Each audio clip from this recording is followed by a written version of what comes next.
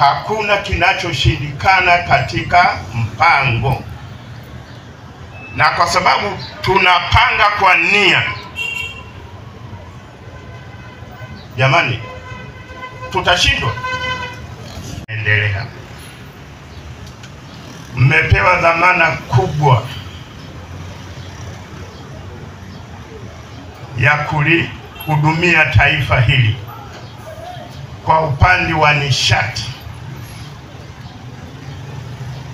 Mheshimiwa Rais wa Jamhuri ya Muungano wa Tanzania mnamuunga mkono kwa kiasi kikubwa katika nishati ya kupikia, lakini bado Watanzania wana wasiwasi. Ndugu zangu, Mheshimiwa Meneja, wanasema ukitumia kupikia umeme gharama inakuwa kubwa, lakini pia kuna hearsay wanasema wanaouza vyombo vya umeme wanasema kuna vyombo ambavyo havitumii umeme mkubwa. Sijui kama hilo ni kweli, na kama ni kweli basi mna dhamana ya kutoa elimu kwa watumiaji umeme ili kuunga mkono jitihada za Mheshimiwa Rais Samia Suluhu Hassan. Anakwenda kulikomboa taifa hili kuepukana na mkaa ambao unaleta maradhi mengi ya kifua na kadhalika. Dhamana hii ni yenu ninyi, na mimi nina matumaini makubwa. Nitapeleka salamu kwa mwenyekiti wa baraza la mkoa ambaye ni mkuu wa mkoa wa Ruvuma, na nimuombe angalau meneja awe anampatia nafasi pale ya kutoa elimu. Sawa si sawa? Angalau dakika 5, kwa sababu katika lile baraza kuna wafanyabiashara, kuna watumishi. Kwa hiyo tukipata dakika 5 za kupokea elimu kutoka TANESCO, tutakuwa mabalozi. Wajumbe wa baraza lile watakwenda kuelezea, kwamba kama unafuata utaratibu hakuna urasimu. Mteja unaanza kuhudumiwa kiganjani, ndani ya masaa unapata huduma. TANESCO, ninawashukuru sana kwa ubunifu, na Mungu aendelee kuwabariki, aendelee kuwapeni afya njema. Mheshimiwa Meneja na wafanya. Hii ni siku tu ambayo imetengwa, manake sisi shughuli zetu zote katika kila siku inaitwa leo, shughuli yetu ni kuwahudumia wateja. Kwa hiyo katika sisi, manake kwa namna moja nyingine TANESCO, sisi mambo ya kutoa huduma kwa wateja ni kila siku. Kila siku inaitwa leo. Kuna mteja atalalamika anakosa umeme, tutabidi tumwahi. Kuna mteja anataka kuunganisha umeme, tutabidi tumtengenezee. Kwa hiyo katika kila siku inaitwa leo, sisi tunatakiwa tusherekee huduma kwa wateja na kuhakikisha tunapomtolea huduma mteja tunampa huduma ambayo ni bora.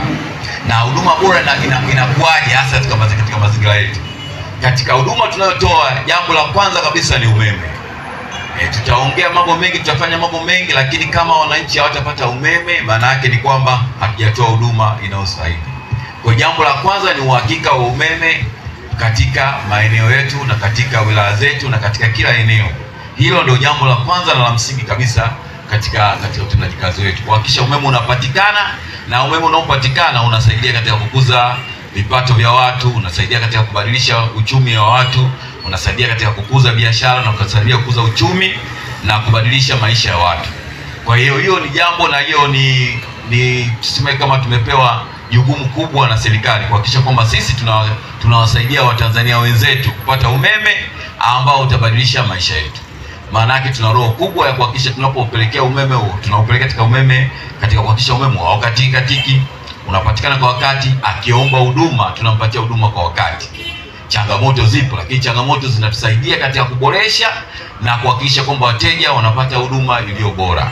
Na huduma iliyo bora, tunapotia huduma bora, tutaona kwenye matokeo kwenye uchumi. Ukiwa tumepatia umeme. Na mpaka tunapoongea serikali sasa tumeanza kuelekea kwenye vitongoji. Na mkoa mzima una vitongoji kama 3691. Na tunapoongea mpaka sasa kama vitongoji 1975 tayari umepata umeme. Takriban unaenda kubadilisha maisha, unatengeneza biashara, unatengeneza fursa.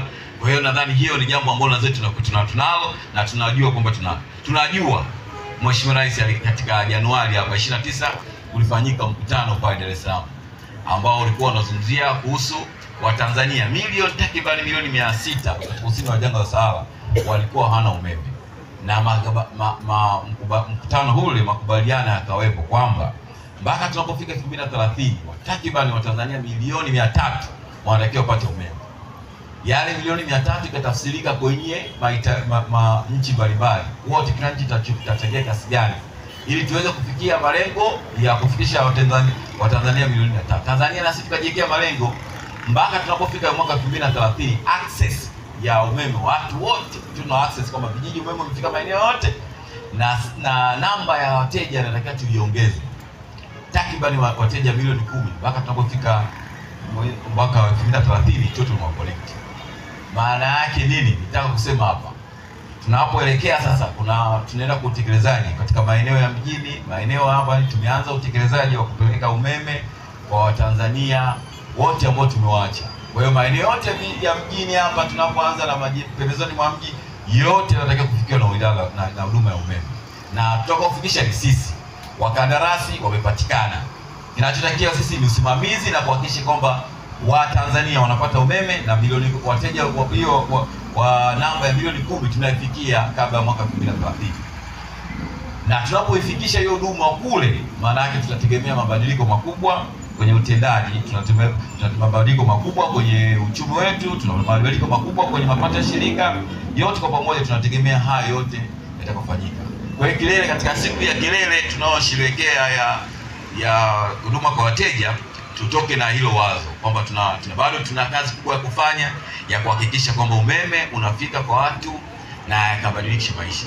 Inaleta faraja unapoenda vijijini. Saa hizi unakuta kuna nyumba nzuri zimejengwa kule, hawahitaji watu kuja mjini kutengeneza madirisha si ya nini, yote yanafanyika vijijini kule. Na yanafanyika vijijini, mtu anaweza kafungua biashara pale, anategemea umeme upatikane ili aweze kuchomelea. Mimi ninayefanya ninayeweza kunyoa au kuchomelea, nahitaji umeme upatikane muda wote. Na unapopatikana muda wote, maana yake ni kwamba kama alivyoongea meneja na Mtumbo hapa, inabidi na sisi tujitoe.